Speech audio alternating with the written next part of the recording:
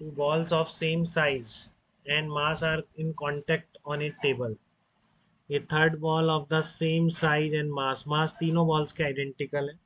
Strike them symmetrically and remains at rest after the impact. तो आपकी दो balls मान लो इस तरह से रखी हुई है टेबल पे. ठीक है. सिमेट्रिकली स्ट्राइक करने का क्या मतलब है कि इस तरीके से बिल्कुल स्ट्राइक कर. हाँ, तो ये देखो आपकी लेंथ क्या हो जाएंगी. समझ रहे हैं बेटा आप. इस तरह से ट्राइंगल बन जाएगा एक, जिस तरह से आके स्ट्राइक कर रही है बॉल यहाँ. ठीक है ना. तो ये आपका क्या बन जाएगा, एक तरह से ट्राइंगल बन गया है. ठीक है. तो यहाँ पर इसने फोर्स लगाया तो इस पर देखो इसकी जो वेलोसिटी आएगी वो इस डायरेक्शन में आएगी. फोर्स इस डायरेक्शन में आया, इनिशियली रेस्ट पर थी. इसकी वेलोसिटी इस डायरेक्शन में आएगी और ये रुक जाएगा. इनिशियल मोमेंटम इसका ऐसा था. सिमेट्रिकली स्ट्राइक का मतलब यही. तो ये बॉल ने यहाँ पर आकर स्ट्राइक किया, ये दोनों रखी हुई थी, तो आफ्टर कोलिजन ये दोनों इस डायरेक्शन में जाने लग जाएंगी और ये रुक जाएगी. रुक क्यों जाएगी बोला इसने, remains at rest after the impact. ठीक है. तो देखो ये भी 2r हो गई, ये भी 2r हो गई, ये भी 2r हो गई, आइडेंटिकल है. तो इसलिए आपका ये एंगल कितना हो जाएगा, ये वाला, ये एंगल 30 हो जाएगा क्या. तो इसलिए आपका फिर ये वाला एंगल, दोनों एंगल बराबर होके फाइनली ये एंगल भी 30 आ जाएगा आपका और ये एंगल भी 30 आ जाएगा इस तरीके से. ठीक है. अब क्योंकि इस डायरेक्शन में कोई मोमेंटम पहले भी नहीं था तो बाद में भी नहीं हो सकता. ठीक है. तो इसलिए आपकी इन दोनों की वेलोसिटीज भी क्या होंगी, सिमेट्री से भी बोल सकते हैं या मोमेंटम कंजर्वेशन से भी बोल सकते हैं. ठीक है. कि ये दोनों सेम होंगी जिससे v1 sin 30 और v1 sin 30 बराबर हो जाए. ठीक है. तो क्या बच गया, बस इस डायरेक्शन में आप क्या करेंगे, इनिशियल मोमेंटम भी था, फाइनली भी है, दोनों को इक्वेट कर दो. ठीक है. तो एक इक्वेशन तो आ गई मोमेंटम कंजर्वेशन से. फिर आपको निकालना है कोफिशिएंट ऑफ रेस्टिट्यूशन. तो किसी भी कॉम्बिनेशन के लिए, इन दोनों बॉल के लिए, इन दोनों बॉल के लिए, along the line of impact आप क्या लगा देंगे, ई का फार्मूला लगा देंगे.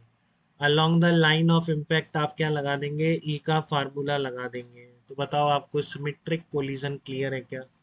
देखो ऐसे ही किया है. इस तरह से बॉल आ रही थी, कोलाइड करती है, इनिशियली रेस्ट पर थे दोनों. ठीक है. इस डायरेक्शन में दोनों में वेलोसिटी डेवलप होगी, लेट से v2 v2. ठीक है. और ये balls come to at rest after the impact दे रखा है. तो सबसे पहले तो एक्स डायरेक्शन में मोमेंटम कंजर्वेशन. इनिशियल मोमेंटम कितना था, mv0. बेटा बहुत ही ज़्यादा लिमिटेड टाइप हैं प्रॉब्लम्स के कोलिजन. ठीक है. कभी भी इनको गलत मत करिएगा. ठीक है. बहुत ज़्यादा लिमिटेड टाइप है, ये हमेशा सही होने चाहिए. तो इधर mv0 था, इस डायरेक्शन में कितना हो जाएगा, 2mv2 cos 30 हो जाएगा. ठीक है. ये v2 है तो इधर कितना आ गया, v2 cos 30. तो 2m v2 cos 30 इस डायरेक्शन का मोमेंटम हो जाएगा. तो v0 कितना आ गया आपका, √3 × v2 आ जाएगा. ठीक है. v0 कितना आ गया, √3 × v2.